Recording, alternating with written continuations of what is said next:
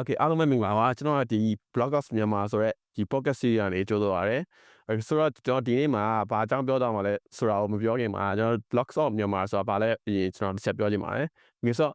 blog of မြန်မာဆိုတာဘာလဲဆိုတော့ကျွန်တော်တို့ဒီ podcast တစ်ခုဖြစ်တယ်ပေါ့နော်ဆိုတော့ဒီမှာဆိုရင်ကျွန်တော်တို့ဒီမြန်မာမှာရှိတဲ့ဒီ Web3 ကိုစိတ်ဝင်စားတဲ့သူတွေကသူတို့ရဲ့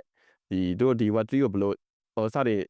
စိတ်ဝင်စားခဲ့တယ်ဆိုတော့သူတို့ဘယ်လို hackathon တွေမှာပြိုင်ခဲ့တယ်ဘယ်လိုနိုင်ခဲ့တယ်ဆိုတော့သူတို့ရဲ့ဒီဘူတူတာတွေကိုဒီ share လုပ်ပေးမဲ့ podcast တစ်ခုဖြစ်တယ်ပေါ့နော် okay ဆိုတော့ကျွန်တော်တို့ okay ဆိုတော့ဒီမှာကျွန်တော် guest 2ယောက်ကို invite လုပ်ထားတယ်ဆိုတော့အမ okay ခန့်လိုက် yeah okay sorry နောက်တစ်ယောက်ကကြတော့ဒီ Victor ရဖြစ်တယ်ပေါ့နော်ဆိုတော့ okay ဆိုတော့ဒီ2ယောက်မိတ်ဆက်ခင်မှာကျွန်တော် host ကိုယ်တိုင်တော့မိတ်ဆက်လိုက်ရပါပေါ့နော်ဆိုတော့ okay ကျွန်တော်နာမည်ကတော့ညီလေးထွေးလို့ခေါ်ပါတယ်ဆိုတော့ကျွန်တော်ကအခုထိုင်းမှာဒီ ID major တက်နေပါတယ်တက်တော့ကတော့ဒီ Asia Pacific International University လို့ခေါ်ပါတယ် okay ဆိုတော့ကျွန်တော်ကဒီ Web3 ကိုဘယ်လိုစပြီးစိတ်ဝင်စားခဲ့လဲဆိုတော့ဒီ2023လာမှာပေါ့နော် okay တကယ်ချင်းတော်တော်များသူက development fee မဟုတ်ပေမဲ့ဒီ trader တွေတို့ပြီးရင်ဒီ NFT trade တဲ့လူတွေတို့ပေါ့နော်ဆိုတော့သူတို့ကနေပြီးတော့မှစပြီးတော့မင်းကုတ်ရေးနေရပဲဆိုတော့ဒီမှာ development လုပ်ပါလားဆိုပြီးတော့စပြောကြပါတော့2023လောက်ကဒါပေမဲ့အဲ့မှာစမလုပ်ဖြစ်ပေးပဲနဲ့2024မှာဒီဘန်ကောက်ရောက်လာပြီးတော့မှဒီ Eco ပဲဆိုတော့တွေ့ပြီးတော့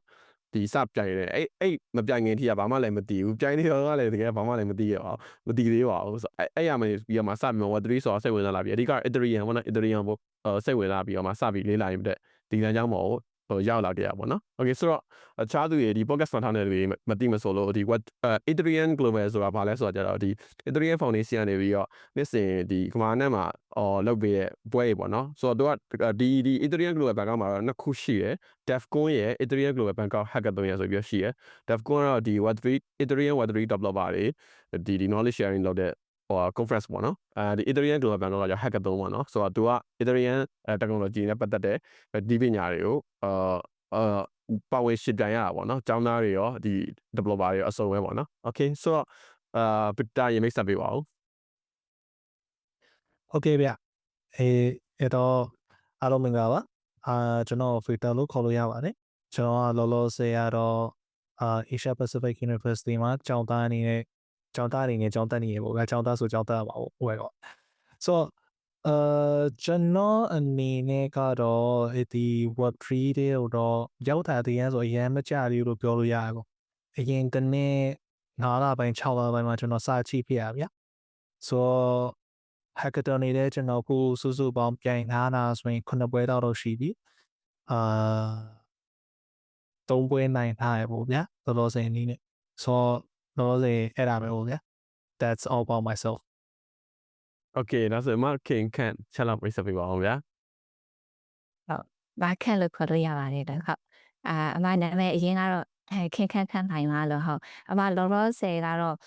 senior full stack developer အနေနဲ့အလုပ်နေတယ်ပေါ့နော်ဟုတ် remote ပဲလုပ်နေပါတယ်တော့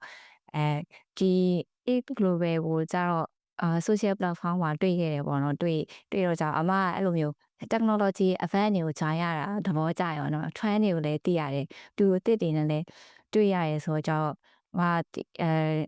ခွင့်ရေးရတိုင်း join လေးရှိရပေါ့နော်အဲ့လို event တွေဆိုတော့အဲ့ဒီ event ကိုမူတည်ပြီးတော့မှပဲဒီ Web3 ကိုစသိရပေါ့နော်အရင်တော့ဆိုလို့ရှိရင်trade တွေပါကြီးကြားဘူးတယ်ဒါပေမဲ့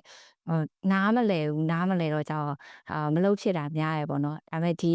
event ကိုတွေ့တော့ကြောက်စိတ်ဝင်စားရပြီးတော့ AI ကိုပို့ပြီးတော့စိတ်ဝင်စားရ AI နဲ့ဒီ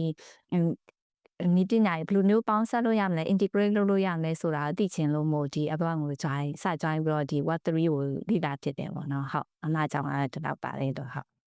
okay ကျေးဇူးတင်ပါတယ် okay ဆိုတော့နောက်တစ်ခုတော့ရအောင်ပေါ့နော် okay ဆိုတော့ဒီ okay ဆိုတော့ဒီဥစ္စာတော့ပို့ပြီးတော့ဒီထိတော့တာပေါ့နော်ဆိုတော့ဒီ Web3 community နဲ့ထိတွေ့တဲ့အချိန်မှာပေါ့နော် okay ဆိုတော့ဘာတွေလေးလာခဲ့ရလဲပေါ့ပြီးရင်နောက်တစ်ခုကအဲ့ဒီ community ကကိုဘာတွေမတူညီရဲ့ပေါ့နော်ဘာတွေဘယ်လိုပြောမလဲမတူညီရဲ့community ရဲ့ဟိုပါပေါ့ဘယ်လိုပြော contribute လုပ်တာလဲအရန်ဟိုဖြစ်တယ်ဗျာ Ethereum မှာဆို10% နဲ့ရစေအဲ့လိုမျိုးဟာတွေ sharing လုပ်မဲ့အပိုင်းပေါ့နော် okay ဆိုတော့ကျွန်တော်အနေနဲ့ရေးပြောမယ်ပေါ့နော် okay ဆိုတော့ကျွန်တော်စပြီးတော့မဝင်ခင်ကနေဒီ Web3 community ကအရင် strong လဲဆိုတော့သိရဗျာဒါပေမဲ့ development fee ရတာမဟုတ်ဘူးပေါ့နော်သူတို့လို trading တွေNFT trader တွေရဲ့ fee ရပေါ့နော် okay ဆိုတော့သူတို့ကဟိုတတိထားမိတာတခုကသူတို့တော်တော်များ Twitter မှာပဲ အလုပ်ကြရဲ Twitter ပဲ main လို့ပြောရအောင်ပြီး Discord ပေါ့နော် Twitter နဲ့ Discord နဲ့အလုပ်ကြရဲ Okay so အဲ့မှာကျွန်တော်ဒီ Ethereum ကိုပဲမလုပ်ခင်မှာတခုတည်းရဲ့blockchain က Sui ပေါ့နော် Okay Sui အကြောင်းကိုလည်းအရင်ဆုံးသိခဲ့တယ်ဆိုတော့အဲ့မှာဆိုရင်ကျွန်တော်တို့ကသူတို့မှာဆိုရင်ရှိရဗျာ testnet တို့ဟုတ်တယ်မလား mainnet တို့ devnet တို့ရှိရအဲ့မှာဆိုရင် Sui ကအဲ့တော့ testnet မှာပဲရှိသေးတာဆိုတော့သူတို့ testnet စပြီးတော့လွှင့်တဲ့အကြောင်းကိုသူ Twitter မှာသူတို့ announce လုပ်တယ်အဲ့မှာသူတို့ရဲ့ Discord ကို invite လုပ်ပြီးတော့ဒီ developer တွေအကုန်လုံးဗျာဒီသူတို့ရဲ့ blockchain ကိုလာပြီးတော့ bid လုပ်ဖို့ blockchain ပေါ်မှာလာပြီး bid လုပ်ဖို့စမ်းကြဖို့လာပြီးတော့ဖိတ်ခေါ်ရဗျာပြီးအဲ့မှာတကယ်စမ်းတဲ့သူတွေကိုလည်းပဲသူတို့ကအရန်ကိုဘယ်လိုပြောမလဲသူတို့ရဲ့ founder တွေ co-founder တွေပြီးအဲ့လိုအဲ့မှာရှိရ lead engineer တွေကိုယ်တိုင်ကသူကအရန်ကိုလိုက်လဲဟိုသူကိုမေးသမျှကိုလည်းဖြေးပေးရဗျာ Discord မှာအဲ့လိုမျိုးရှိပါ Twitter မှာဆိုလည်းအဲ့တိုင်းပဲဗျာ enter လုပ်တဲ့ဟာအဲ့လိုပဲဖြစ်တယ်ဗျာဆိုတော့အဲ့ပို့ပြီးတော့ဒီ community အကြောင်းကိုပို့တည်ရတော့ဒီ e-global ရောက်တဲ့အချိန်မှာဆိုရင်သူတို့အမှဆိုရင်လူတွေအများကြီးနဲ့ဆုံအောင်ကြတော့ပို့ပြီးတည်ရအောင်တော်တော်များများဆိုရင်ဒီ Web3 မှာဘယ်လိုပြောရမလဲတင်လဲကြစားနေကြရတဲ့လူတွေပြောလို့ရဗျာတချို့ဆိုရင် developer agent software engineer မဟုတ်ဘဲနဲ့ဟိုတချို့ဆိုရင် designer တွေတို့ပြီးရင် project coordinator တွေပေါ့အပါဗျာဒီလုပ်ငန်းဘက်ကသဘောတရားရပြောမယ်ဆိုရင်ဘာလို့ဆိုတော့ဒီ project တစ်ခုမှာဆိုရင်လောက်ရတဲ့ roles တွေအများကြီးရှိတဲ့ထဲမှာဒီ hackathon မှာဆိုရင်အဲ့လိုဝင်ပြန်ရတဲ့နေရာအဖက်ဘက်ကနေလူတိုင်းအသုံးဝင်နေတာဆိုလာပြီးတော့ဝင်ပြန်ရဗျာအဲ့လိုမျိုးရှိရဗျာ okay ဆိုတော့ပြီးတော့နောက်တစ်ခုဘာဖြစ်တာ what 3ကိုအရင်တော့ဆိုရင်ပေါ့နော်ဒီတကယ်ကြီးလူအခြားလူတွေနဲ့မတွေ့ခင်အထိဆိုရင်ဒါတွေကလူတွေကဟို scam မို့တော့ပဲသုံးနေကြတာပြောလို့ rap လုပ်တယ်လို့ခေါ်တယ် rap pool လုပ်တယ်လို့ပဲအဲ့လိုပဲကိုယ်ကိုယ်တိုင်းကအဲ့လိုထင်ခဲ့ရကြဒါပေမဲ့တကယ်ကြီးအဲ့လို develop လုပ်တဲ့လူတွေရှိနေပါလားပတ်စံကိုပဲအရင်ကြီးလိုက်နေရမှာဖဲနဲ့တကယ်ကြီးကိုဒီပညာကိုစိတ်ဝင်စားလို့လုပ်နေကြပါလားဆိုတော့မြင်လာရပေါ့နော်ဒီ hackathon တွေဒီပွဲတွေတက်ပြီးတဲ့အချိန်မှာပေါ့နော် okay ဆိုတော့ဒီတိုက်အမြင်ကိုလည်း share ပါအောင် please Okay ဆိုတော့ကျွန်တော်အနေနဲ့ကကျွန်တော်Web3 အကြောင်းစသိတာတကယ်တမ်းစသိခုနကတော့ပြောတာအစပြီး development ဘက်ချန်ဝင်တာရေးတဲ့နေ့မှာတကယ်တမ်းသိတာ2021တည်းကသိနေပြီဗျာအဲ့ဒီတော့တကယ်တမ်းဟိုကဖြစ်နေရဗျာဒီကဈေးတက်နေရဗျာဈေးကထောင်တက်အဲ့တော့ကျွန်တော်ဒီဘာဖြစ်နေရလဲဒီဘက်စမ်းနေပါလားဆိုပြီးတော့အမိဒီမမရအဲ့က9လပိုင်းလောက်ပါပဲကျွန်တော်အဲ့တညကဒီတိုင်းပဲကြည်နေပြီးတော့ရုပ်ထည့်ကြီးဈေးကြီးထိုးတောင်ကြအောင်ဟာလို့ဘာဖြစ်တာတော့ချင်းအဲ့ဒါကိုကြည့်ရတော့လည်းလန့်အောင်တော့မလုပ်တော့ထားလိုက်ဟိုခါဆောင်ဆိုအဲ့ကနေဒီတိုင်းပဲဟိုဗျာတိတ်တော့ဘာမှတိတ်မလုပ်ပြဒါပေမဲ့တည်င်းနေကြရဟိုကပြတိုင်းပြတိုင်းဒါနဲ့ကျွန်တော်အရင်တနေ့ငယ်တရနန်းဆိုရင်6လပိုင်းမှာကျွန်တော်နည်းနည်းစပြီးတော့ပြန်ပြီးလိလာပြန်ပေါ့ပြန်လိလာတော့ကျွန်တော်နည်းနည်းအစတော့ပြင်းနေတာဘယ်လိုပြောအောင်အစတော့ web3 မကန်ဒီတိုင်းပဲ traditional ဘက်ဆိုင်တော့ကြည့်နေ traditional backend engineering လုပ်မယ်ဆိုပြီးတော့Java ကြည့်လိုက် Rust ကြည့်လိုက် AD တိုင်းပဲဟိုဘက်ကြည့်ပေါ့ကြည့်နေနည်းနည်းပြင်းတာfeeling မလာတော့ဘူးအဲ့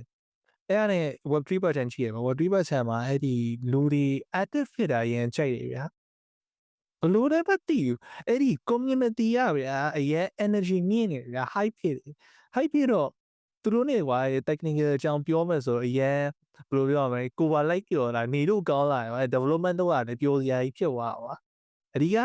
ကျွန်တော်အနေနဲ့ပြောရမယ်ဆိုဒီလိုနဲ့ပဲဖြည်းဖြည်းကျွန်တော်စပြီးတော့ okay web3 သွားချိန်မယ် web3 hackathon တွေဝင်ပြိုင်မယ်ဆိုပြီးဖြစ်သွားတာပေါ့ဗျာအဲ့ဒါတော့ကျွန်တော်ပုံစံမျိုးပေါ့ပြောရမယ်ဆိုရင် okay ဟုတ်ပါပြီအဲ့ဆိုရင်အမထင်ခတ်ရဲ့အတွေ့အကြုံလေးဆက် share ပါဦး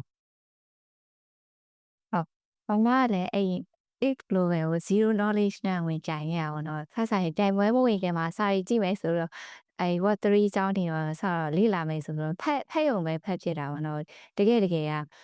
practical မလုပ်ဖြစ်ဘူးတကယ်ပွဲချမှာလုပ်ဖြစ်တာမတို့ဆိုအဲ့ပွဲမှာဆိုလဲမအိမ်ဖဲလုပ်ခဲ့တယ်ပေါ့နော်အဲ့တော့ challenge တွေလည်းကြုံရတာတွေလည်းတွေ့ရကြတယ်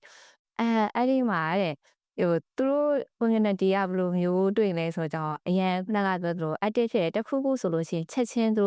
တို့reply ပြန်ပေးရပေါ့နော်အမဆိုအဲ့ KYC API သုံးဖို့ KYC ဆိုလို့ရှိရင်မြန်မာနိုင်ငံအတွက်မပေးတာတွေရှိတယ်အဲ့ဆိုရှင်သူတို့ Discord channel တွေမှာသွားမေးရင် သွားမေးလို့ရှိရင်သူတို့ရဲ့အဲ့ support ကတခါရေးတန်းတော့ reply ပြန်တယ်သူတို့လုံးလို့ရနိုင်မယ်နည်းတန်းတွေပေါ့နော် developer key ရေးပေးတာတို့နောက်ကြတော့မရဘူးဆိုလို့ရှိရင်လည်းသူတို့ဒီနည်းတန်းတော့မရတော့ဘူးဆိုတော့မှသုံးလို့မရရည်ရှိပေါ့နော်အဲ့လိုမျိုးတွေဆိုတော့ကျတော့ဘယ်လိုမျိုးပြောမလဲအဲ့လိုတော်တော်တော့ active ဖြစ်ပြီးတော့ကျွန်တော်ဖြည့်ရှင်းပေးတာတွေပေါ့နော် solution တွေဝိုင်းဖြည့်ရှင်းပေးတာတွေတော့ရှိတယ်ပေါ့နော်ပြီးတော့ဒီ Discord အပြင်ကမှဒီဟိုမှာလဲဆိုလို့ရှိရင် Telegram မှာဆိုလို့ရှိရင်လည်းသူတို့ channel တွေကအများအားသူတို့ update တွေကိုတင်ပေးတာတွေပါရှိရပေါ့နော်ဟုတ်ပြောပါမယ် ပြောပါ ဒီတိုင်းပဲအမအောင်မေးချင်တော့အဲ့ဒီ P1 ဒီကိစ္စ Kindle Plus ချိန်တာမသိ တော့ဒါ ဟိုဖြစ်မယ်ထင်တယ်Kindle ဟုတ်တယ် Kindle ဒီ information လိုချင်တာ အဲ့ဒါကျွန်တော်မမြင်ကျွန်တော်လေးကြည့်တယ်ဟာမြန်မာမရအောင်တော့ဟုတ်ပါလုံးချင်ပါလို့မရအောင်လားဆိုဖြစ်သွားမမေးလိုက်ဟုတ်ကဲမေးပေးတာလားသူသိတော့မေးလိုက်ပါ Oh my god Kindle ကမရဘူးဟုတ်တယ်အမလည်းမသုံးလိုက်ရဘူးတော့တချို့chain နဲ့လားမသိဘူးတချို့ဟာရကြတော့တို့က developer key ကိုတက်ထုတ်ပေးတာရှိတယ်ခဏဒီပွဲအတွင်းသုံးဖို့ဆိုပြီးတော့ကြောက်ပါတော့အမသုံးခုလောက်အဲ့လိုမျိုးကြုံရတာဆိုတော့ကြောက်ဟိုတွေကတိချာမမေဘူးပဲ platform ဆိုတာတိချာမမှန်းဘူးလို့ တော့ပေါ်ကြာရည်လေနေဝလိုက်ရှိနေ ဟုတ် ဟုတ်ပြီ အဲ့ဆိုအဲ့လိုမျိုး3ခုလောက်ကဒီမြန်မာကိုဒီ KYC Wi-Fi မပေးအောင်မှာအဲ့ကျွန်တော်များအဆင်ပြေပေါ့နော်သူ developer ဒီအဲ့ပွဲအတွက်တက်သုံးမှုထုတ်ပေးရတော့မျိုးပေါ့နော်အမ machine လောက်တာ အဲ့တချို့ချို့ဟာ ဟုတ်ကပဲထုတ်ပေးရတယ်ကျွန်တော်ဟိုလုံးဝသုံးလို့မရတဲ့ဟာကိုရှိခဲ့တယ် ဟာ okay plan အတိုင်းမဖြစ်လာတော့ဘူးတော့အဲ့ဆို okay ဟုတ်အဲ့လိုကနေစပြီးတော့ဒီ web 3ကိုစလုပ်ဖြစ်တယ်ပေါ့နော် okay ပါဒီဆိုနောက်ထပ်တစ်ခုမေးချင်တာပေါ့ဒီထဲမှာတော့မေးခွန်းမှာတော့မပါဘူးပေါ့နော် okay ဆို big data ရေးစမေးလိုက်တော့သူကဒီ hackathon ကအဲ့ hackathon ဒုတိယအကြိမ်နော် big data ဟုတ်တယ်နော် ကျွန်တော်ပါဝင်ဖို့တဲ့ဒုတိယ e-global hackathon ပေါ့ ဒုတိယ e-global ပဲတော့အရှိမက okay အဲ့ဒါလေးတစ်ချက်ပြီးတော့ပြောပါအောင်ဆိုတော့ကိုကmiss အထင်ပေါ့နော်ကျွန်တော်အထင်ကတော့သူစုရတယ်ဆိုတော့စုရတာမရတယ်ဗျာသူကကျတော့ပထမတစ်ခုပြိုင်ပြီးတဲ့အချိန်မှာသူဒီပွဲတွေဒီ hackathon ရဲ့ e-global hackathon ရဲ့အထားကိုသူတည်ရဗျာကျွန်တော်လည်းသူ share လုပ်ပြထားတယ်ဆိုတော့ပထမပြိုင်တယ်ဒုတိယပြိုင်တယ်ဆိုတော့ဘာကွာသွားလဲဆိုတော့တစ်ချက်လောက်ပြောပြပေးပါဟုတ်ပြောမယ်ဆိုရင်ရှင်းရှင်းလေးဗျာစသဖြင့်တော့ပြရင်တော့ဒီကကျွန်တော်သွားတာ e-global Singapore ဗျာ e-global Singapore 9လပိုင်းတော့ဘူးဒီကအချိန်တော့ဆိုရင်ကျွန်တော်သွားပြိုင်ဖို့လေစင်စားတာစင်ကာပူကဒီတိုင်းပဲဘယ်လိုပြောရမလဲတင်ငယ်ချင်းခေါ်လို့ဗျာတင်ငယ်ချင်းဘယ်လိုပြောရမလဲ9လပိုင်းရဲ့လဆန်းမှာဗျာတင်ငယ်ချင်းလာခေါ်သွားမလားဘာဖြစ်လဲကျွန်တော်စဉ်းစားတယ်ကျွန်တော်တိမလို့ရှင်ကွာကျွန်တော် assignment ရှိတယ်ဒါပေမဲ့ပြန်စဉ်းစားကြောက်ကွာသွားမယ်ဆိုတော့သွားမယ်ကွာဆိုတော့ကျုံးလိုက်တယ်ကွာဘူးမသိဘာမသိဘူးဘာလည်းဖြစ်ကွာဒီတိုင်းဘယ်လိုပြောရမလဲသမျိုးလုံးမယ်ဆိုတော့သွားလိုက်ရတယ်ဗျာတိုင်တော့နိုင်ချင်တာပေါ့ဒါပေမဲ့ plan တေချာမရှိဘူးရှင်တော့အဲ့ဒီမှာဘယ်လိုပြောရလဲ idea မရှိဘဲနဲ့အဲ့ဒီ hackathon နေ့မှာပဲဘယ်လိုပြောရမလဲတော်ပြီကွာလှုပ်ချင်တာလှုပ်လိုက်တော့မယ်ဆိုပြီးအဲ့ကျွန်တော်သွားပါဒီကအဲ့ဒီအရင်ဘယ်လိုပြောရမလဲဘာလို့ရမလဲဆိုတော့တဘောမပေါ့ဘူး format တွေကဘယ်လိုလာမလဲဆိုတော့တခုမှမသိဘူးညာလိလာပါတယ်ဒါပေမဲ့တကယ်တမ်းဆိုရင်ဘယ်လိုပြောရမလဲမသိဘူးနားမလည်ဘူးပြီးတော့ any ရတယ်တကယ်ဆိုလို့ကြီးအဲ့ဒီတေချာမ plan ပဲသွားတော့ဒီ hackathon နေ့မှာပဲသွားလိုက်ဒီတောက်ကြနေ့မှာပဲသွားလိုက်ရပါပြီးရောက်တော့လူကြီးကပင်ပန်းနေပြီး hackathon ကြီးကိုပင်မနေလှုပ်လိုက်တော့လေ productivity မကောင်းဖြစ်သွားအဲ့ဒါတွေကြုံလိုက်ရတယ်ပေါ့ကြုံလိုက်တဲ့အချိန်မှတ်သွား okay လို့မကြည့်တော့ဘူးနောက်တစ်ခေါက်ထပ် try မယ်ဘာဖြစ်လဲဆိုရင်ဖြစ်သွားပါအဲ့ဒါနဲ့နောက်တစ်ခုကဘာလာမလဲဆိုတော့ကြည့်တယ်ကျွန်တော်ဝေးမသွားဘူးဒါပေမဲ့ကြည့်တယ်ဘန်ကောက်ဆိုသူများပဲဆို why not ဆိုပြီးထပ်ဖြစ်သွားပါအဲ့ဒါတော့ဆိုပြီးပါအဲ့ဒါနဲ့ဒီတစ်ခေါက်တော့တေချာ plan ပေါ့အဲ့ဒီ September အဲ့ဒီ Singapore ပြီးရကျွန်တော်စ plan တာပါဟိုဘက် plan ဒီဘက် plan နေပေါ့အဓိက planning ဖို့ကောင်းရတာပဲတိတ်ပြီး format ကွာမရှိဒါပေမဲ့အဓိကခုန bro ပြောသလိုပဲဒီကသဘောပေါက်သွား okay ဒီ protocol တွေရှိဒီကောင်တွေလာနိုင်မယ်ဒီကောင်တွေကိုဘယ်လိုဒီကောင်တွေဘာလို့ရှင်လဲဆိုတော့တေချာပိုလိလာတော့ပါဘယ်ပုံစံမျိုးတို့ပြောလို့ရအောင်ပါဗျာ okay so ဒီအခုပေါ့နော် subject ကိုတားရပေါ့နော်ဆိုတော့ကျွန်တော်တို့ဒီ e-global background မှာတွေ့ကြုံနေအကြောင်းဟို detail သွားမှာပေါ့နော် okay so ကျွန်တော်ကနေပြီးတော့တစ်ချက်အရင်စပြောလိုက်ပါပေါ့နော်ဆိုတော့ကျွန်တော်ကဒီ background မှာနေရမဟုတ်ဘူး background နဲ့လေးက ဒီ country side မှာနေတာပေါ့နော်ကျွန်တော်တက်ကတော်အဲ့မှာရှိရဆိုတော့ okay ဆိုတော့ဒီဥစ္စာကိုကြားတော့ဒီ join ဖို့အတွက်သူက okay ဆိုတော့ဒီနားထောင်နေတဲ့တွေလည်းသိအောင်လို့ပေါ့နော်ဆိုတော့ဒီဒီ Adrian Global Bangkok Hackathon join နေဆိုရင်ဘယ်လိုလုပ်အောင်လဲဆိုတော့ Bangkok ဆိုတာ sorry Adrian Global Hackathon တွေကို join နေဆိုရင်သူကဒီပွဲမစခင်ဒီတလားလောက်လို့ထင်တာအဲ့လိုမျိုးသူ announce လုပ်တယ်ဆိုတော့သူတို့ရဲ့ Twitter မှာဖြစ်သူတို့ရဲ့ website တွေမှာဖြစ် announce လုပ်တယ်အဲ့လို announce လုပ်တယ်ဆိုရင်ကျွန်တော်တို့ပုံမှန်လူတွေဘယ်လိုလုပ်ရလဲဆိုတာကျွန်တော်တို့သူတို့ရဲ့ website မှာသွားပြီးတော့like block Ethereum ဒေါ်လာ50နဲ့ညီမျှ Ethereum right ဟုတ်လားဘယ်မှမပြောလို့ဟုတ်တယ်ဒေါ်လာ50နဲ့ညီမျှတဲ့ Ethereum ကိုကျွန်တော် deposit လုပ်ရတယ်အဲ့ဥစားticket ပို့ဝယ်လိုက်ရတာမဟုတ်ဘူးဒီပွဲပြီးရင်သူကပြန်ပြီးတော့ withdraw လုပ်ခွင့်ရှိရဗျာ okay ဆိုအဲ့ဒါကိုdeposit လုပ်ရတယ်ပြီးတော့ဆိုရင် information တွေဖြည့်ထားဆိုရင်ဝင်ပြီးတော့ပြန်လို့ရတယ်အဲ့ဒါကသူကတစ်နှစ်မှာဆိုရင် 8% event တွေအများကြီးရှိရပြီး online event အနေနဲ့တစ်ခုရှိအောင်အများကြီးလုပ်ထားတယ်ဟုတ်လားမျိုးဆိုတော့သူတို့ရဲ့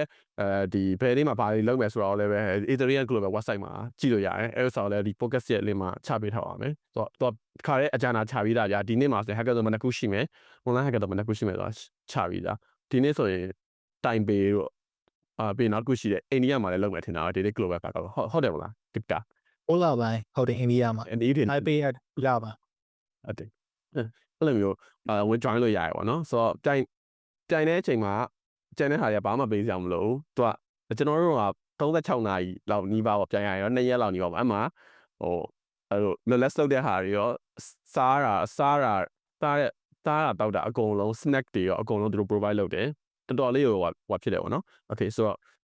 ့အဲ့လိုရောက်သွားတယ်ပေါ့နော်ကျွန်တော်အကြောင်းကနေပြီးတော့ရထားနဲ့ဒီကိုရောက်လာတယ်ဘက်ကောက်ရောက်လာတယ်ပြီးတော့တန်းပြီးတော့အဲ့ကိုသွားလိုက်တယ် okay တော်တော်ဖန်ရင်စိုးရင်လာရအများကြီးပဲနော်တကယ်ဘာမှစိုးရင်ကြအောင်မရှိဘူးစိုးရင်တွေကဘာမှပြေစင်းလာရအဲ့တော့အဓိကဘာပဲဆိုအတွေ့အကြုံရရင်ပြီးတော့ဆိုပြီးတော့ကျွန်တော်အဲ့လိုအတွေ့အကြုံရှာနေရတယ် okay ဘာ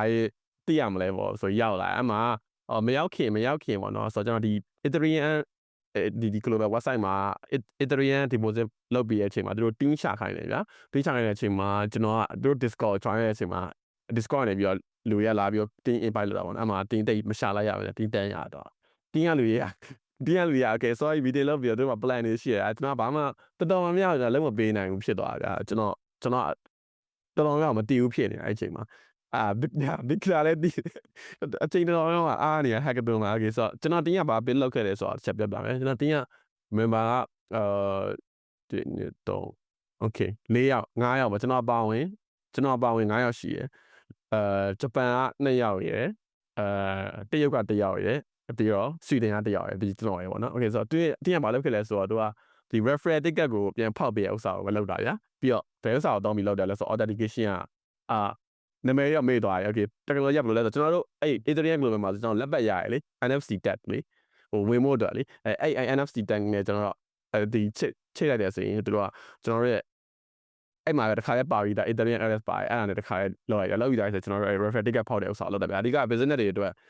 အစီမံတာဗျာဒါပေမဲ့တော်လေးအစီအပြေခဲ့ပါဘူးတင်းကကောင်းတယ်ကိုယ်ကလည်းမလုပ်နိုင်ဘူးအဲ့မှာဘယ်လိုပြီးသွားလဲဆိုတော့ကြတော့ okay အနေနဲ့တော့စုနည်းနည်းတော့ရမယ်လို့ထင်တာပေါ့နှစ်ခုလောက်တော့ဟိုလုပ်လိုက်တယ်အဲ့truck ထဲမှာအဲ့ဒီ smaller truck ထဲမှာနှစ်ခုလောက်ဟိုရွှေ့ပြီးတော့လုပ်တယ်ဒါပေမဲ့ဘာမှတော့မရခဲ့ဘူးအချိန်မှာအချိန်မှာဘာသိလိုက်လဲဆိုတော့တော်တော်အရင်အားနာရဗျာနောက်ဆုံးပြက်ခဲ့သည်ဆိုတော့ဒီမှာတွေပြောခဲ့လိုက်တယ်တော်တော် sorry ပါလို့တော်တော်လေးပြောခဲ့လိုက်ရတယ်ဟိုတော့ဒီဥစ္စာအတွက်ဘာမှတိတ်ပြီးကိုကြီးမပေးနိုင်ဘူးကိုကူညီပေမဲ့ကကိုကူညီလို့ရတဲ့အပိုင်းတွေမဟုတ်ဘူးဖြစ်နေအဲ့ဒါမဲ့အဲ့ချိန်ကျမှဟိုကိုထက်တွေကောက်ကြည့်လို့လည်းမရကောက်ကြည့်လို့ရရတယ်ဒါပေမဲ့သူကဘာဖြစ်လဲဆိုတော့ကြတော့တော်တော်များဟိုကျွန်တော်ကြာမှာဆိုတော့သိနေတယ်ဒါသူတို့ပဲလုပ်ပေးလိုက်တယ်ဗျာသိလားအဲ့ချိန်ကျတော့လင်းလက်ထားလိုက်တော့ငါပဲလုပ်လိုက်မယ်အဲ့မှာတိတ်ပြီးဘာမှမလုပ်လိုက်ဒါပေမဲ့သူလုပ်နေရကြည့်ရတဲ့အတွက်ကျွန်တော်ဘာသိတယ်ဆိုတော့ကြတော့အလုံးလုံးပုံနေပြီးဘလို့ရေးရလဲဆိုတာတွေထွေးနဲ့သိလာပါဘောနော်အဲ့ချိန်မှာအဲ့လိုမျိုးဘာမှလုပ်မပေးနိုင်ခဲ့တဲ့တော့လဲကိုကဘလို့ဖြစ်လာလဲဆိုတော့ပို့ပြီးတော့တိကျင်လာတယ်ပို့ပြီးတော့ပြိုင်ကျင်လာတယ်ဗျာနောက်ခါကျရင်ပို့ပြီးကောင်းအောင်လုပ်မယ်ဆိုပြီးတော့မျိုးဖြစ်လာတယ်ပေါ့နော်အဲ့လိုဖြစ်လာတယ်ပေါ့နော်ဆိုတော့နောက်ထပ် hackathon တွေမှာဘာ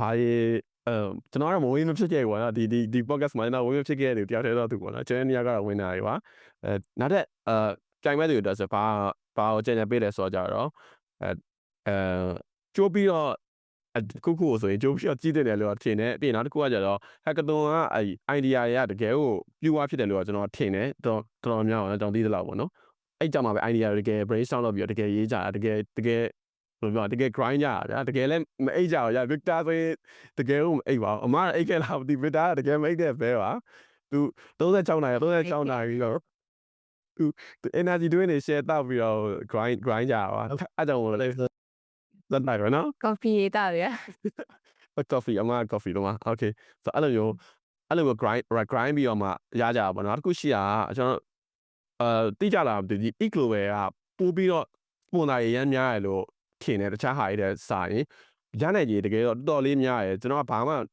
ကာကြီးခါဝေးကာကြီးနဲ့မသိခဲ့တော့တာကိုဖြစ်နိုင်တဲ့ဟာတွေရွေတာမဟုတ်ရင်အဲ့လိုလူသုံးတဲ့အဲ့ technology ကိုတုံးပြီးတော့လောက်တယ်ဆိုရင်ထားပါတန်ရဲ့သူတယောက်မှမရှိဘူးဆိုရင်ရနိုင်ကြီးညာတော့ကိုယ်ပဲဖြစ်တော့ပါဗျာအဲ့လိုမျိုးတွေလည်းရှိရအထားတွေပေါ့နော်ကိုကနိုင်ဝက်တို့ကစဉ်းစားရဆိုရင်ပေါ့နော်တကယ်လို့ကိုသုံးရတဲ့နေပညာတက်ရှိရဲအဲ့ဒီပညာပဲရအောင်လုပ်မယ်ဆိုရင်တော့တမျိုးပေါ့နော်အဓိကတော့မ join ခင်မှာအဲ့ global ဒီနေ့ပေါ့ဘယ် hackathon join နေအဲ့ hackathon စမွန်လာပေးထားချက်ပြီးလိုက်ရှာပြီးတော့အဲ့ technology ကိုအရင်ဆုံးကြိုးပြီးလေ့လာထားနေတယ်ပေါ့အဲ့ဒါမျိုး Coinbase ဆို Coinbase chain လေးဆိုရင် chain လေးပေါ့ခဏတော့ပြောရဲ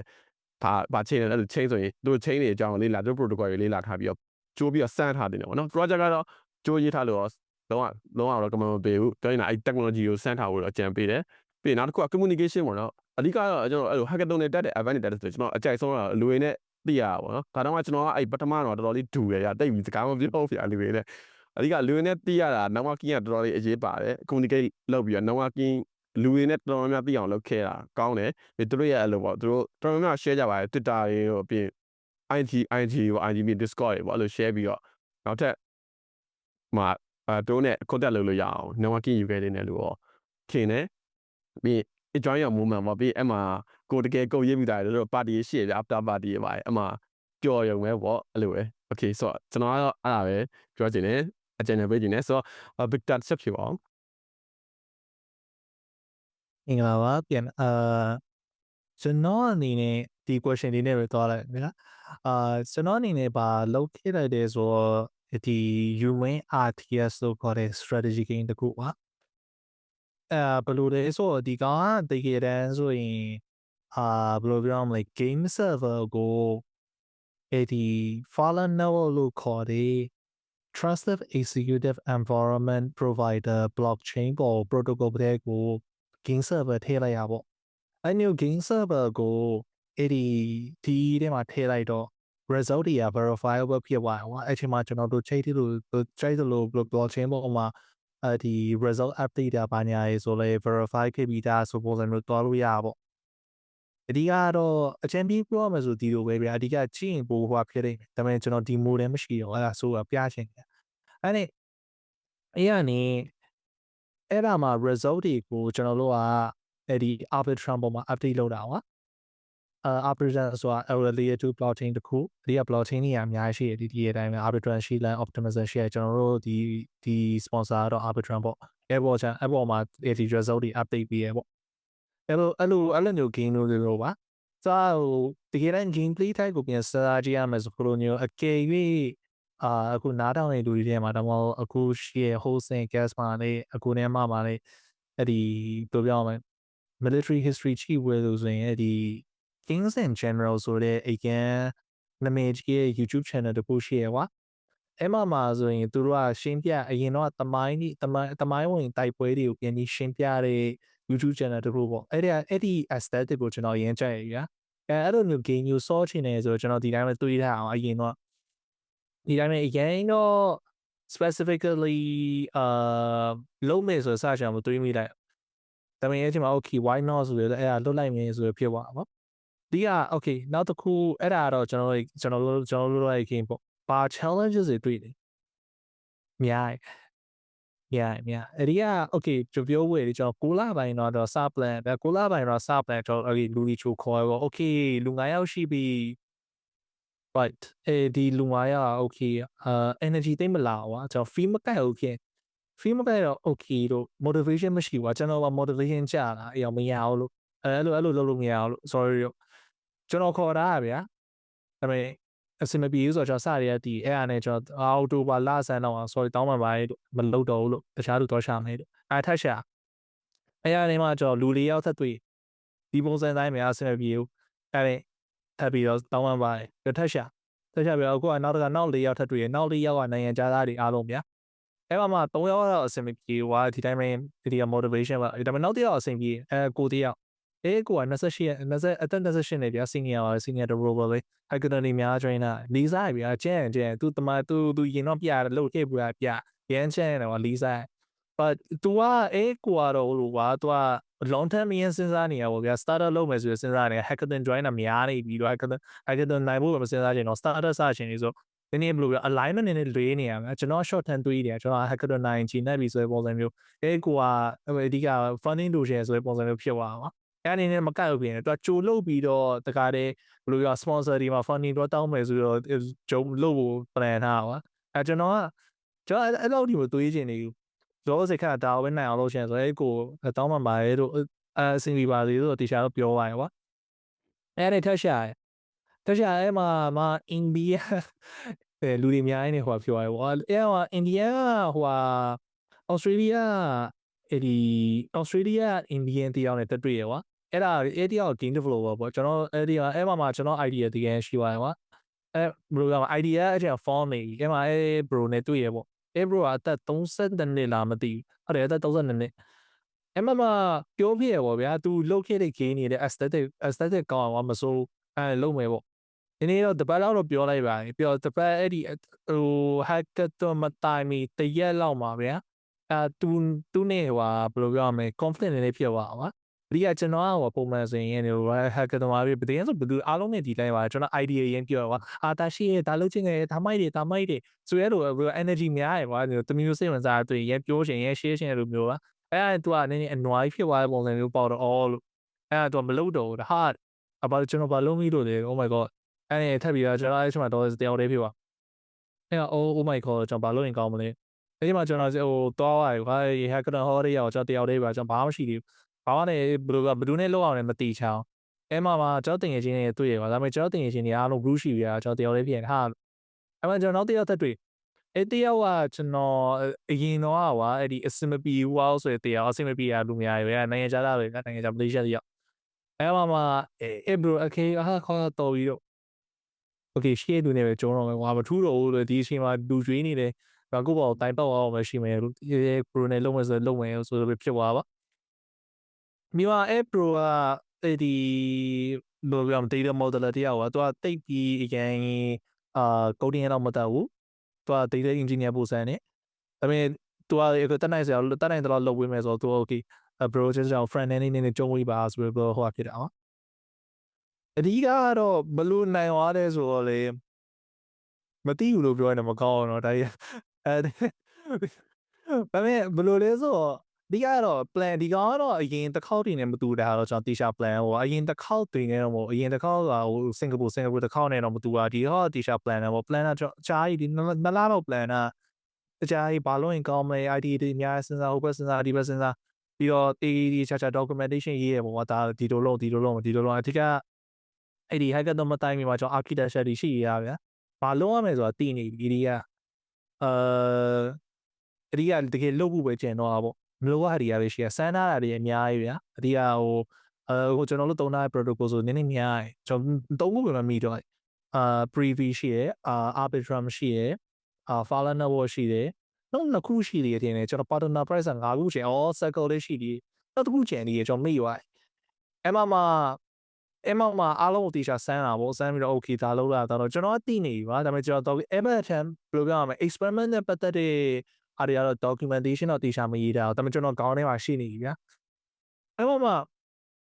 အဲ့ဒီဟို pro ကတော့အဲ့ဒီခုနပြောတဲ့ Malaysian pro ကတော့သူကတော့ဘာမှသိမလိလာအောင်ပါမလိလာတော့ကျွန်တော်အဲ့ဒီမှာသူ့ကိုဘယ်လိုပြောရမလဲသူဘာမှဖြစ်လို့ pro နေနဲ့ friend ပဲချန်ကြုံပြီး friend နဲ့ကိုဒီလို design မျိုးလေးလိုချင်ဒီလို design မျိုးလေးလိုချင်နေဆိုတော့သူပြောတယ်ဟိုအဲ့ဒီမှာသူကကြုံမိရပေါ့အဲ့ဒီမှာအားလုံး implement လုပ်ပေးလိုက်ပါ friend ကအဆင်ပြေသွားအဲ့ဒါနဲ့ကျွန်တော်အဲ့ဒီမှာ back end focus ဆိုင်ဒီအဲ့ဒါ plan တာတခုနောက်တစ်ခုကတော့ဒီကတော့ကျွန်တော်ထင်တာကတော့အဓိကဟိုဒီ judges စိန်နေပို့ပြီး relationship ကောင်းရပါဘူးအဓိကအဲ့ဒီကျွန်တော်ဟိုလိုပါပြောတဲ့အတိုင်းပဲဒီကျွန်တော်အတူမျိုး idea ရှိရင်တော့ share တာကြိုက်ရတဲ့မျိုးဗျာအဲ့ဒီရန် enthusiast တွေဖြစ်တယ်ဒီလိုလုပ်လို့ရတယ်ဒီလိုလုပ်လို့ရဆိုတဲ့လိုမျိုးဗျာအဲ့ဒီဟို judges မောအဲ့ဒီ developer relations တွေနဲ့တွားပြီးစကားရမ်းပြောရပါပေါ့ကျွန်တော်တို့ဒါလေးလုပ်ချင်တယ်ဘယ်လိုထင်လဲ တစ်ခေါက်မဟုတ်3 4 5ခေါက်လောက်သွားဗျာ arbitrum patch နဲ့သွားတယ် preview patch နဲ့သွားတယ်ဘာတခုလဲတော့ follow number patch နဲ့သွားတယ်ပြီးသူတို့ okay ကျွန်တော်အခု okay ပထမဆုံးစတင်သွားကျွန်တော်တို့ဒီ idea ရှိတယ်နောက်တစ်ခေါက်သွားတယ်အခုကျွန်တော်တို့ progress တယောက်ရှိပြီတတိယတစ်ခေါက် solo ရပါပြီဒီစတော့တစ်ခေါက် blockchain ပေါ်ရောက်နေပြီဒီစမတစ်ခေါက်ပြီးသွားပြီဆိုရင်အဲ့လိုဖြစ်သွားဗျာဒီကအဲ့ဒါနဲ့သူတို့က progress ကိုကြည့်ပြီးတော့သူတို့ကဘယ်လိုပြောရမလဲဟေးမိုက်တယ်မဆိုဖြစ်တာပါအဲ့ဒါနဲ့အဓိကဘယ်လိုပြောရမလဲဖြည်းဖြည်းဟိုဟာဖြစ်သွားပါဘောကျွန်တော်ထင်တာတော့ iPad ချန်အဲ့ဒါကြောင့်နိုင်သွားလို့ကျွန်တော်ထင်ပါတယ်ဒီက project တွေကောင်းပါတယ် project ကိုယ်တိုင်ကောင်းတယ်ဒါပေမဲ့အဲ့ဒီ communication project ကောင်းသွားတယ်လို့ကျွန်တော်သတ်မှတ်တယ်ဗျာအဓိကကတော့တခြား specific reason ကြောင့်နိုင်သွားတယ်လို့ကျွန်တော်သိမထင်မိအကယ်၍ advice တနည်းနဲ့ကျွန်တော်ကိုယ်တိုင်ပြန်ရဆိုရင်တခုပဲဗျာတခုပဲခုနကကျွန်တော်လူပြောင်းอ่ะเนาะအကယ်၍လူပြောင်းတင်နေဆိုပြောင်းတင်နေထင်ပြောင်းနိုင်နေဆိုရင်အကယ် stranger တွေနဲ့လုံနေရဆိုရင်ပြောင်းပါဘူးကိစ္စမရှိဘူးဒီကဒါဒီတိုင်းပဲလေ circle ပတ်နေဟဲ့ကတော့အဓိက main objective ကနိုင်ဖို့ပဲရတည်တာအဲအကြောင်းပြောင်းလို့ရရင်တော့ပြောင်းပါဗျာဒါပေမဲ့တကယ်ချင်းနဲ့ပြောင်းတကယ်ချင်းနဲ့တော့ပြိုင်နေရဆိုရင်အကယ်ဟိုနည်းနည်းဟိုအဲ့လိုမျိုးလုပ်လိုက်တော့ relationship ထိခိုက်နေဆိုတော့မလုပ်နဲ့ပေါ့ဒါပေမဲ့အကယ် stranger တွေနဲ့ပြန်သွားပြီးတော့ပြိုင်နေဆိုပြိုင်ဖို့ကိစ္စမရှိနောက်ဆုံးတစ်ခု advisor တော့ idea လေးဒီတိုင်းပြောင်းအခုကလူပြောင်းလို့ပြောနော် idea လေးပြောင်းဆက်ရှိရပြောင်းတချို့ idea တွေကတကယ်တမ်းအဆင်မပြေဘူးအဆင်မပြေလို့ဆိုတော့မလုံးနဲ့တကယ်တမ်းတိသွားဆိုမလုံးနဲ့မတိပဲနဲ့ okay CP9 ဆိုလုပ်ပေါ့ဒါပေမဲ့ကိုကတိဗျာအဆင်မပြေဘူးဒါပေမဲ့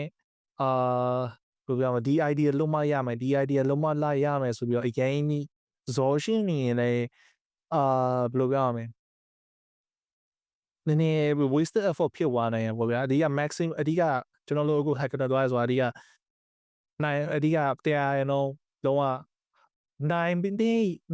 နေရရင်တော့အမြင့်ဆုံးတိုးဖို့ပဲကွာကြားရတာတော့ကျွန်တော်အမြင်ဆို idea ပြောင်းတင်နေဆိုပြောင်းလုံးစရာအဲ့ဒီမှာဘယ်လိုပြောမလဲအဓိက idea နောက် idea တခု okay တယ် okay ဆိုအဲ့ဒီနဲ့ကြုံအဲ့ကိစ္စမရှိ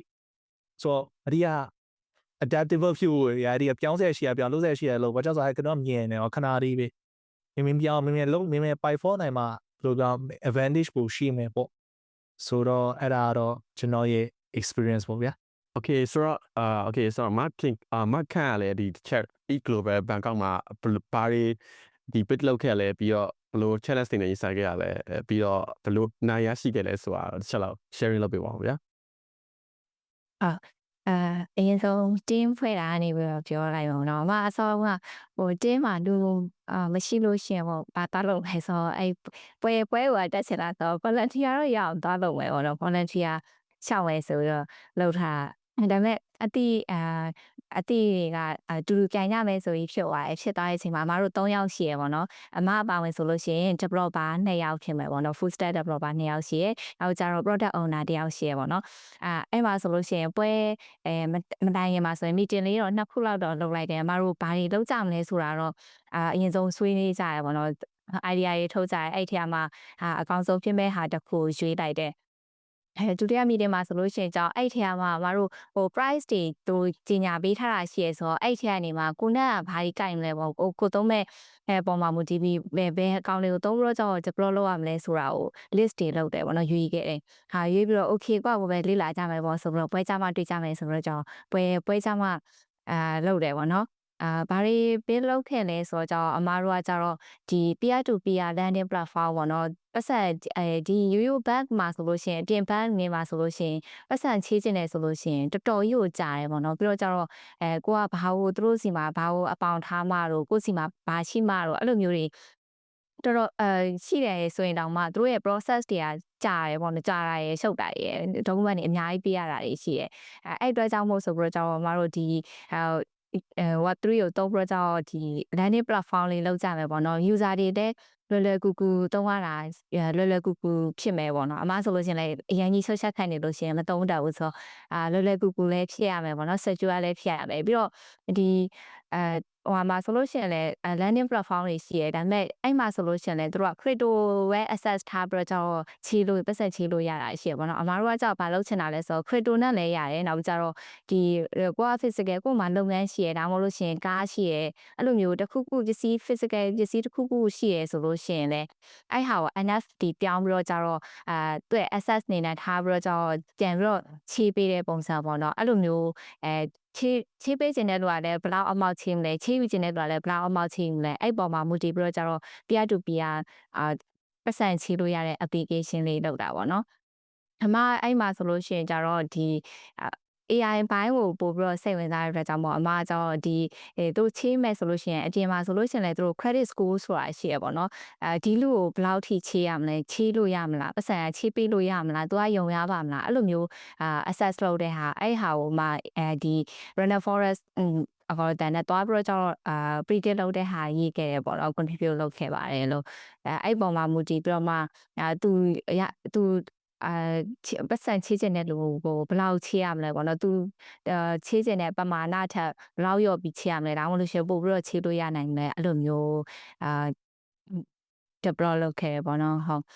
ဒီ challenges တွေကတော့တဲ့ခုနကပြောသလိုဟိုသုံးဘက် API တွေကိုအမဆိုလို့ရှင်စာပဲဖတ်ခဲ့ရပေါ့နော်တကယ်လက်တွေ့မစမ်းခဲ့ဘူးဒီပွဲเจ้าကစမ်းမယ်ဆိုပြီးတော့လှုပ်ထားကြတော့တကယ်မှကိုကသုံးလို့မရတာဖြစ်တယ်ပေါ့နော်ဒီတာကြီးယူတဲ့ခါအမဆိုရင်အဲ့ credit score ဆိုလို့ရှင်လူရဲ့ဒီ personal information တွေလည်းကြောင်းနေပြီးတော့ကျတော့ဒီ transaction ပေါ့နော်တို့ရဲ့ transaction တွေနောက်ကျ wallet ရဲ့ information တွေအဲ့ဟာတွေကိုလည်းယူတဲ့အခါမှာဆိုလို့ရှိရင်လည်းသုံးလို့ရတဲ့ API တွေဖြစ်တယ်ပေါ့နော်အဲကြတော့အဲ့ဒီဟာလေးတွေကလည်း challenge ဖြစ်ခဲ့တယ်ပြီးတော့နောက်တစ်ခုကအမတို့က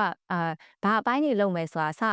develop လုပ်ခင်မှာတွေကခွဲလိုက်တယ်ပေါ့နော်သူ3ယောက်ရှာဆိုတော့အဲ့ဒီပိုင်းတွေမှာကိုလုံးရမယ့်ပိုင်းလေးတွေကိုခွဲလိုက်တယ်ခွဲလိုက်တဲ့အချိန်မှာဘာဖြစ်လဲဆိုတော့အမအလုံးရမယ့်ပိုင်းမှာ database နဲ့လုံးရမယ့်အပိုင်းပါတယ်ပေါ့နော်အဲ့မှာလောက stack ဖြစ်နေအောင်ချေ့ဆက်လို့လည်းမရဘူးအဲ့ရကြီးရနော်အဲ့ပါတခြားတယောက်ကပြန်ပြီးတော့သူကူညီပေးရပါတော့အမ Jason ကိုပဲတုံးလိုက်ဆိုတော့အဲ့လိုမျိုး adjust တွေပြန်လုပ်ရအောင်ရှင်ပါဒါကြီးကိုမရမချင်းလုပ်နေပြီးတော့စောက်လိုက်ထားမယ်ဆိုလို့ရှိရင်အမတို့ project ပြီးမှာပေါ့နော်သူကအဲ့လိုမျိုးအကြံပေးရရင်ကိုမရတော့ဘူးဆိုလို့ရှိရင်လည်းတင်းနဲ့ပြန်ပြီးတော့ timing ဆွေးနွေးပေါ့နော်ဘာလုပ်တင်လဲဆိုတာလေဟုတ်အဲ့လိုမျိုး challenge တွေလည်းရှိရပေါ့နော်အဓိကကတော့ဒီprototype ကိုလုံးဝပြီးအောင်လုပ်တာရဲ့ပြီးတော့အမတို့ဆိုလို့ရှိရင်ဒီ Coinbase ကဟာတွေကိုပဲအဓိကထားပြီးတော့သုံးသွားရပေါ့နော်ကိုနဲ့သက်ဆိုင်တဲ့ပြီးတော့price tool တွေကိုသွားပြီးတော့ရှောက်တယ်ပေါ့နော်အဲ့ဒါကြောင့်လည်းသွားပြီးတော့price ဝင်တာဖြစ်သွားတယ်လို့ထင်တယ်ဟုတ်နောက်ထပ်ပြိုင်မဲ့သူတွေကို advice ကကြတော့ဒီမပြိုင်ခင်မှာကြိုပြီးတော့ပြင်ဆင်တင်တယ်ဟောနော်တစ်ခေါက်လောက်တော့ကိုသုံးမဲ့ API လေးတွေကိုသွားပြီးတော့စမ်းထားတာတို့ဟုတ်ပြီးတော့အဲ့လိုမျိုးတင်းမှာဆိုလို့ရှိရင်အမတို့တော် structure ကြတယ်လို့ပြောရမှာပေါ့နော်ဒီ product owner ဆိုလို့ရှိရင်လည်းသူ documentation ပိုင်းနေဒီ storytelling ပိုင်းနေအကုန်လုံးကိုသူတခြားလေးလုပ်ပေးရပေါ့နော်ကိုအပိုင်းနဲ့ကိုသွားပြီးတော့လောက်ရတဲ့ခါမှာဆိုလို့ရှိရင်test တွေကလည်းမြန်ပြီးရလို့ခံစားရတယ်ပေါ့နော်။အဲဒါဆိုလို့ရှိရင်မတို့တင်းမှာဆိုဘာပြီးသွားပြီဆိုအများနဲ့ update တွေတော့ပြောပြီးတော့တကယ်အမှားမပြီးတဲ့ဟာဆိုလို့ရှိရင်လည်းသူဝိုင်းကူပြီးတုတ်ပေးကြရပေါ့နော်။အဲ့လိုမျိုးတင်းဘဝကလည်းကောင်းဖို့လိုတယ်လို့ထင်တယ်ဟုတ်။ Okay so okay ဒါမခန့်ရတယ်ပေါ့ share လုပ်တာပေါ့နော် okay ဆိုတော့ကျွန်တော်တို့ဒီပေါ့နော်နောက်ဆုံးအနေနဲ့ပေါ့နော်ဒီမြန်မာမှာရှိတဲ့ဒီ Web3 ကိုဒီစိတ်ဝင်စားနေတဲ့သူတွေကိုပေါ့နော်ဘာအကြံဉာဏ်တွေပေးခြင်းလဲဆိုတာလည်းပတ်သက်ပြီးတော့တိုးချင်းစီကိုပေးတာပေါ့နော် okay ဆိုတော့ကျွန်တော်အနေနဲ့ပြောရမယ်ဆိုရင် okay ဆိုတော့ Web3 ကို okay လေးလာမယ်ဆိုရင်တကယ်တော့သူကဘယ်လိုလဲဆိုတော့ကျွန်တော်အမြင်မှာဆိုရင်ပေါ့နော် stable မဖြစ်သေးဘူးလို့တော့မြင်နေ Ethereum ကလွယ်လို့ကျန်တဲ့ Hydro များအကုန်လုံးကဒီ development state မှာပဲလည်နေတယ်လို့ထင်တယ် Ethereum တစ်ခုလောက်ပဲတော်တော်လေး stable ဖြစ်တယ်လို့ခံစားရတယ် okay ဆိုတော့ Ethereum ရင်စလေးလာဖို့ကျွန်တော်ကတော့ EVM compatible နော် EVM compatible ဖြစ်တဲ့ဟာတွေ Ethereum ရင်စလေးလာဖို့အကြံဉာဏ်ပေးရ language အနေနဲ့ဆိုရင် Solidity ကိုလေးလာဖို့အကြံဉာဏ်ပေးရတကယ်အဲ့ဒါတွေမလေးလာခင်မှာတည်တင်တာကတော့ blockchain ရဲ့တကယ်ဟိုနောက်ကွယ် concept တွေကိုတည်ထားတယ်လို့မြင်တယ်recommend ပေးရမယ်ဆိုရင်မြန်မာမှာဆိုရင်ဆရာ email ရဲ့ဒီ blockchain စာအုပ်ကိုဖတ်ကြည့်တစ်ခါတော့ဖတ်ကြည့်တယ်လို့ recommend ပေးရဲအဲ့ဖတ်ပြီးတိုင်းဆိုရင်တော့ကျွန်တော်အင်္ဂလိပ်လိုရေးထားတာပြန်ရှာဖတ်ကြည့်ရှိပါတော့ဆိုအဲ့စာအုပ်ကပြည့်စုံလားဆိုတော့ပြည့်စုံတော့မပြည့်စုံဘူးပဲအနည်းဆုံးတော့ဒီ blockchain ကဘယ်လိုလုပ်လဲဆိုတဲ့ဟာကိုဒီမြန်မာလိုအကောင့်ထဲကိုအတွေ့အကြုံဝင်လာမှာပေါ့နော်အဲ့စာအုပ်ဖတ်ပြီးတိုင်းဆိုရင်ပြီးတော့မှဒီအင်္ဂလိပ်လိုရေးထားတဲ့ဆောင်းပါးတွေလိုက်ရှာဖတ်ဆိုအဲ့လို concept တွေဒီမှာစပြီးတော့လုပ်တင်တယ်မဟုတ်ဘူးဆိုရင်တော့လေးလာတာဒီ language ကိုလေးလာတယ်ဘာမှဖြစ်တော့မှာမဟုတ်ဘူးဗျာ okay ဆိုတော့အဲ့ဒါရှိရယ်ဆိုတော့ဒီတကယ်အများဆုံးတောင်းတာတော့ဘောနော်သူက contract ရှိမယ် friend ရှိမယ်ပေါ့နော် friend နေတာကြိုက်တာတောင်းလို့ရတယ် friend တကယ် friend developer ရဒီ Web3 ဝင်လာတော့တော်လေးလွယ်လို့ခံလာတယ်ကျွန်တော်နေရဆိုရင်ငါ backend ကို big လို့ပဲ backend ကိုဦးစားပေးရသူဆိုတော့ကြတော့ဒီ friend အနေနဲ့ရေးတဲ့တော့လည်းတိုက်ပတ်ခဲ့တယ်ဒါပေမဲ့ခုတော့လုံနေရပါပြီတကယ်ဆိုအဲ့လိုကိုအကြံဉာဏ်ပေးရပြီးတော့နောက်တစ်ခုရှိတာဒီမြန်မာမှာ community မရှိသေးပေမဲ့မစတောင်းသေးပေမဲ့ဒီ Twitter တို့ Discord တို့ဒီနိုင်ငံခြားcommunity ကတော်တော်လေးစတောင်းပါတယ်ဆိုတော့အဲ့မှာမေးတာတို့ဒီလေးလာလို့ရရပြီးတော့ကိုလေးလာခြင်းနဲ့ချိန်ကိုလေးလာခြင်းဤပညာရဲ့ Discord ကတွားပြီးတော့အကုန်လုံးမေးလို့ရတယ်သူတို့ပြန်ဖြေကြရတယ်များတယ်ဆိုတော့အဲ့လိုရှိတယ်ပြီးတော့ကျွန်တော်ကိုယ်နဲ့ဒီ page ကနေပြီးတော့တန်းတန်းတည်းများလာမေးလို့ရပါတယ်အတန်းတည်းဖြေပေးတော့ပါမယ်ဆိုတော့တကယ်လို့တခြားသိချင်တာရှိရင်လည်းဒီ group မှာတို့လေးလို့ရပါတယ်လို့ okay ဆိုတော့အဲ့လိုမျိုးအကြံဉာဏ်ပေးချင်တယ်ပေါ့နော် okay ဆိုတော့big chat share ပါဦး okay final tips ကျွန်တော်အနေနဲ့ hackathon နဲ့ပတ်သက်တာမဟုတ်ပဲဒီတိုင်းပဲ blockchain နဲ့ပတ်သက် web3 နဲ့ပတ်သက်တဲ့ advice ကိုပေးရမယ်ဆိုရင်တော့ကျွန်တော်ကိုတွေ့ရတော့စာချင်းခံစားမိနေတဲ့ web3 ကဝင်ရမှာလားဝင်ရအောင်လားဘာကြောင့်ဝင်ရမှာလဲပုံမှန် backend ပဲကင်မှာပေါ့ဘာကြောင့်ဒီတဲ့ဘယ်လိုပြောမလဲ unstable တွေဖြစ်နေအောင်ကိုယ့်ဘောပြဿနာရှာမှာဖြစ်ပေါ့အဲ့တွေးမိ but like ဒီကနေ့ပြောရင်ဗျာကျွန်တော်အမြင်မှာ web3 community ဒီ web3 developer တွေကအဲ့ဒီ HR တွေပါညာအားလုံးနေရဒီကနေ့ဆိုရင်ကျွန်တော်အမြင်မှာတော့အားလုံးဒီထဲမှာရှိတယ်မှာကျွန်တော်တွေ့ဖို့တမတ်သူတွေအားလုံးဒီထဲမှာ supportive ဖြစ်ဆုံး remote allowed remote friendly ဖြစ်တာ remote friendly အဖြစ်ဆုံးသူတွေလို့ကျွန်တော်ထင်များသူတို့ကတကယ်ဆိုမင်းဘယ်နိုင်ငံလဲဆိုတာမကြည့်ဘူးဘာလူမျိုးလဲဆိုတာမကြည့်ဘူးမင်းလုံးတက်လားမင်းတော်လားမင်းတော်ရရခွေလုတ်ပြီးအဲ့လိုတော့ကျွန်တော်တွေးတဲ့မဲ့လူတွေကအဲ့တိုင်းတွေကဒီ community တွေထဲမှာဆိုရင်တခြားနိုင်ငံတွေမှာတခြားနိုင်ငံမို့တခြား traditional industry မှာဆိုရင်ရှိတယ်ပါဒီ social တွေကတော့ရှိအောင်ပါပဲ but like အဲ့ဒီပြီးတော့သူကအဲ့ဒီ remote friendly ရန်ဖြစ်တော့အကယ်၍ဗျာအကယ်remote job လိုချင်နေဆိုရင်လည်းလောက်ရတာပိုလွယ်လို့ကျွန်တော်အမြင်မှာကျွန်တော်ထင်တယ်ပေါ့ဘယ်လိုပြောမလဲကျွန်တော်အမြင်မှာတော့ again it's like valid investment it's like something that you can invest to like ဒီနည်းမျိုးနဲ့ထားဒီနေ့ပါပညာတွေနဲ့ယူတာနဲ့ဒီထားခိုင်းတန်နေအချိုးရှိနေလို့ကျွန်တော်တော်တော်ထင်မိရပါကျွန်တော်ကိုယ်တိုင်ကတော့ထင်တယ်လုံးဝတရားကတော့မသွားမိဘူးဆိုတာတော့မှသူ့လိုအချင်းတန်းသူဘယ်လိုပြောမလဲအကေးဗျာအခုတမန်အကေးဗျာtraditional industry မှာလုပ်နေပြီးတော့ဒီတဲ့တခါလာကြည့်ရဆိုတော့အသွေးချုံလေးရှိပြီးတိုင်းပြောင်းလာတယ်ဗျာသူတို့လက်ခံတာမြင်အဲ့လိုစံမျိုးပေါ့ကျွန်တော်အနေနဲ့ what's next for ဒီပထမဆုံး question what's next for you ကတော့ကျွန်တော်အနေနဲ့ကတော့ဒီတနေ့အတွင်းမှာတော့ကျွန်တော်ကတော့ hackathon တွေကိုပြန်ဖို့ပဲစဉ်းစားထားတာပဲအဓိကမြန်မာစာမစဉ်းစားချင်ဘူး hackathon ပြန်မယ် hackathon ဘယ်လိုရမလဲပုံမှန်နိုင်အောင်လုပ်ချင်တယ်ပေါ့ဒီကတော့ကျွန်တော်eClover Bangkok ပြီးတော့ကျွန်တော်လက်ခုထပ်ပြန်ထားတယ်ဒီမှာရှိ local hackathon တခုနဲ့ eClover Taipei ကိုတော့ပြန်ထားတယ်အဲ့ဒီ details တွေမဝင်သေးဘူးနောက်တစ်ခုအခုကျွန်တော်ပြန်ဖို့ကျွန်တော် plan နေရတယ်မနေ့ကဆောင်ဝဲရှိတော့စနေနေ့ဆောင်ဝဲရှိအဲ့ဒါအကြောင်းမီးတယ်ကျွန်တော်လည်းမတော်ချင်ပြီးရတယ်အဲ့ဒါပြီးရင်ကျွန်တော်ပြန်ဖို့ဒီ Solana breakout hackathon ရှိရဗျာSolana breakout hackathon ကိုကျွန်တော်ကျောင်းက club လူတွေနဲ့တော့ပြန်ဖို့ဗျာတလားတော့ရှာတယ်ဘာဖြစ်မလဲဆိုတော့အခု idea တော့မရှိသေးဘူးကျွန်တော်စဉ်းစားအောင်ကျွန်တော်မနေ့ပြန်သူတို့နဲ့ meeting ထိုင်ပြီး brainstorm လုပ်အောင်အဲ့ဒါတခုပြန်ဖို့ဗျာ အဲ့ဒီ new daily အဲ့ဒီ e-global news တွေကတော့မကျွန်တော်မသိသေးဘူးအဲ့ဒါကျွန်တော်နောက်မှပြောမယ်အခြေအနေရကြည့်ရမယ်အခြေအနေရသစင်ကြီးရဆိုတော့မယ်စင်ပြေဆိုမတော့new daily ကတိတ်မသွားချင်ဒီတိုင်းပါဆိုကျွန်တော်တို့ဒီတိုင်းပဲဗျာအဲ့တော့ကျွန်တော်ပြင်မဲ့ကိစ္စပဲကျွန်တော်လုံးမဲ့ကိစ္စကျွန်တော်ပေးနိုင်တဲ့ advice ကို Okay so okay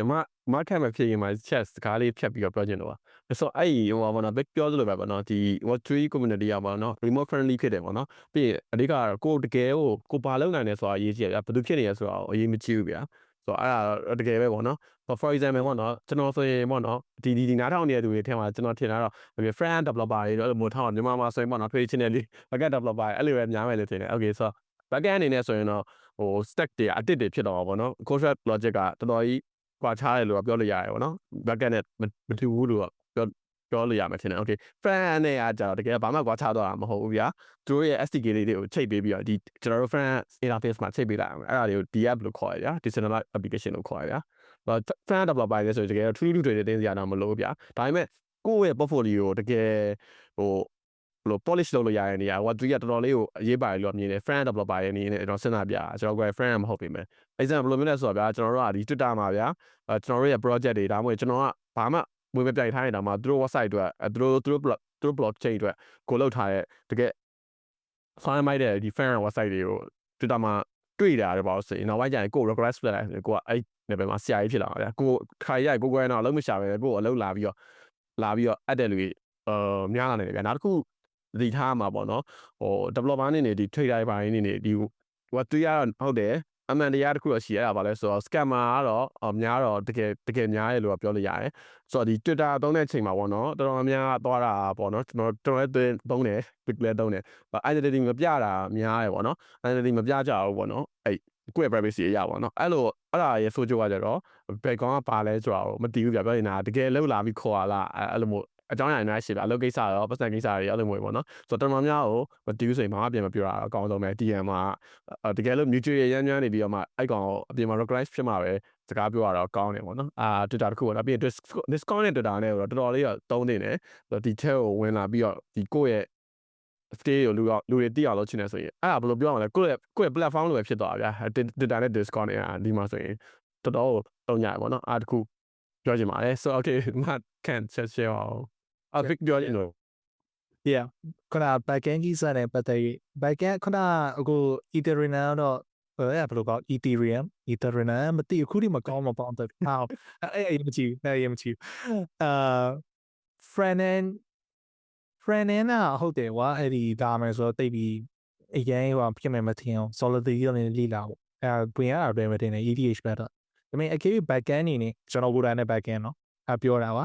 ကျွန်တော် front end ရဲ့တော်နေရတူမဟုတ် friend design ကောင်းမကောင်းဗျာစုပ်ပြတဲ့နေရတကယ်တော့မဟုတ်စုပ်ပြတဲ့ဆိုတော့တခြားတကယ်အလုပ်တဲ့လူတွေနဲ့ရှင်းမယ်ဆိုရင်ပြောတာဗျာအဲ့ backend နေနေဆိုရင်တကယ်တမ်းဝင်လို့ရပါ Solana version ဝင်သွားလို့ရတယ် Solana ကဘာကြောင့်ဆိုသူက Solidity မတော့သူကlow level language တွေနဲ့တုံးတယ်ဗျာ Rust တုံးတယ်ဗျာ Rust တော့အဲ့ချိန်မှာfront end developer နေတော့ဝင်ရတာနဲ့ခင်ရောတယ်မယ် contract လို့ရေးမှာ Rust ရမယ် Rust ရင်ရှုပ်တယ်ဒီဟိုချီအောင်ဒီချီအောင်ဒါပေမဲ့ KV ဒီတိုင်း backend ရေးရတာကြိုက်ရတူဆိုရင် Solana version ကိုဝင်တာပို့ပြီးအသားကျမယ်ပို့အသားကျမယ်တော့ထင်တယ်ဒါပေမဲ့ language တက်တော့လေ့လာအောင်လို့ဗျာဒါပေမဲ့ပို့ပြီးဘယ်လိုပြောရမလဲ fee လာမယ်တော့ကျွန်တော်ထင်တယ်ပေါ့ Solidity အဲ့ရေးရတာဒီတမျိုးကြီးတော့ဖြစ်ခံစားမိရောကျွန်တော်ကိုယ်ကတော့ရပါထင်အဲ့ဒါလေးထည့်ပြောခြင်းလို့ okay that chat ဝင်ပြောမယ် okay so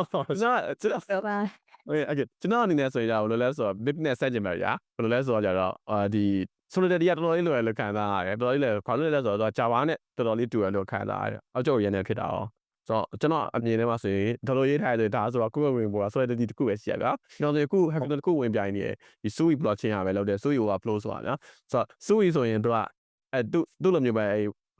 solidity လိုမျိုးပဲ Ethereum blockchain မှာသုံးဖို့ solidity language ကိုတင်ခဲ့တာအဲ့လိုပဲဒီ Sui blockchain မှာသုံးဖို့ move language ကိုတင်ခဲ့တာ the move ဆိုတာသုံးတာဗျာအဲ့ move ကတော်တော်လေးစားရဗျာတော့ rest လိုမျိုးလဲ rest လိုမျိုးလဲဟုတ်တယ်ဗျာဆိုတော့အဲ့လိုပြောရအောင်အစားကနေအဲ့ language ကြီးကိုပြန်ပြီးသင်ရတယ်ဒီအဲ့ concept တွေကိုလောက်ရတယ်လို့ခံစားရတယ်ဗျာဒါတော့အဲ့ပေါ့ကျွန်တော်အမြင်ပေါ့နော် solidity ရလွယ်တယ်လို့ခံစားရတယ်ပြီးတော့နောက်တစ်ခုခဏပြောရဲ blockchain တွေရွေးတဲ့အချိန်မှာဗျာ အခုဆိုရင်ကျွန်တော်တို့နှစ်ယောက်ဆိုရင်ပြောရတဲ့အထက်မှာဆိုရင်နှစ်ခုပါတာ Ethereum ရယ် Solana ရယ်နှစ်ခုလုံးကောင်းတယ်ဆိုတော့တကယ် suggestion ပေးရယ်နှစ်ခုတည်းတစ်ခုခုကိုစလိုက်ရတစ်ခုခုကိုစလိုက်အဲ့ဆိုရင်တည်သွားလိမ့်မယ်ဘယ်လိုလုပ်လဲဆိုတာအဲ့မှာ Solana စမှာတော့ Solana စလိုက်နောက်ဆုံးက community ကတော်တော်လေး down တယ် Solana နောက်မှပေါ်လာရဲဆိုရင်မှ तू ကတော်တော် US down တယ်ဒီလူတွေပြန်ပြီးတော့ contribute လုပ်တဲ့အချိန်မှာအဲ့ developer တွေပြန်ပြီးတော့ဒီ land လုပ်လို့ရအောင်လုပ်ပြီးတဲ့အချိန်မှာတော်တော်လေးကိုမိုက်တယ်ကျွန်တော်ကတော့လုံးဝမလေးလာဘူးတေးဒါပေမဲ့လေးလာဖို့အစီအစဉ်ရှိရယ်ကျွန်တော်တို့အားပေးရယ် okay ဒီပြောမှာလား မပြောတော့ ပြောအဲ့ဒါအမကိုစိတ်ပေးလိုက်အောင် စပြီးလေ့လာမဲ့သူတွေဆိုရင်တော့ဟိုအကြီးကြီးစလောက်တာမဟုတ်ဘဲနဲ့တိတိလေးတွေ step by step သွားပါတော့အတိလေးတွေကနေစပြီးတော့ကျွန်တော်တကယ် practical တိုက်တော့ပြီးတော့ကျွန်တော်ခုနကပြောသလိုပဲ community တွေကိုဝင် join ပေါ့နော်Discord channel တို့ပြီးတော့ကျွန်တော်Telegram group တွေထဲမှာဆိုသူများကြီးပြောနေရတယ်လေတိုက်ဖက်လို့ရှိရင်ကိုကပို့ပြီးတော့တည်ရပေါ့နော်ကိုအလုံးမြင်းနဲ့မေးမှလည်းမဟုတ်သူများကြီးကဘာတွေလုပ်နေလဲဆိုတာလည်းသိရတယ်ပေါ့နော်နောက်ပြီးခုနက back end တွေ front end တွေပြောသွားရောနော်အမပြောချင်တာက AI ဖြစ်ရလို့ပြောချင်တယ်ပေါ့ဒီမှာဆိုလို့ရှိရင်လေ AI ကဒီနောက်ပိုင်းမှာလေသူတို့အခုအမတခုတွေ့ရပေါ့သူတို့လာပြီးတော့ပြိုင်ဖို့တွေခေါ်တာရှိတယ်အဲ့မှာဆိုလို့ရှိရင် AI agent တွေကိုတုံးပြီးတော့ကျတော့ contract တွေကို automate လုပ်တာတို့ပေါ့နော်ပြီးတော့ဒီ Web3 နဲ့ဘယ်လိုမျိုး integration တွေကို AI နေနဲ့ပေါင်းပြီးတော့လုပ်ကြမလဲအဲ့ဒီဟာတွေဆိုလို့ရှိရင်လည်းလေ့လာပြီးတော့လုပ်လို့ရတယ်ပေါ့နော်back end တွေ front end တွေဟာမဟုတ်ဘူးပေါ့နော် okay so AI နဲ့ပတ်သက်ပြီးတော့ချက်ပြောမယ်အမကကျတော့ AI ကိုဘယ်လိုအပိုင်းတွေလုပ်တာလဲကျွန်တော်ကတော့လုံးဝဘာမှမသိဘူးကျွန်တော်အတိုင်းပဲရှောက်ပြီးတော့ API တွေတုံးပြီးတော့ rec လုပ်တာပါညာအတည် big data နဲ့စိတ်ဝင်စားရလို့ပြောဦးရယ်ဒီဟာတွေတိုင်ရင်တော့ဆိုတော့အမဘယ် AI ဘိုင်းတွေလုပ်လဲမသိဘူးတစ်ချက်လားအမကကျတော့ကျောင်းအမYCC ရပါတော့ကျောင်းမှာတော့ကျတော့ basic ကOCR မြန်မာစာတော့ OCR လုပ်ခဲ့ပေါ့နော်ဓာတ်ပုံတွေကနေပြီးတော့ကျတော့မြန်မာစာတွေကို edit လုပ်လို့ရတဲ့ဟာတုံးတယ်အဲ့ဒီကနေစပြီးတော့ AI ကိုစလုပ်ခဲ့ပေါ့နော်အဲ့နောက်ပိုင်းမှာကတဲ့ဒီ ChatGPT တို့မပေါ်ခင်တော့ဆိုလို့ရှိရင်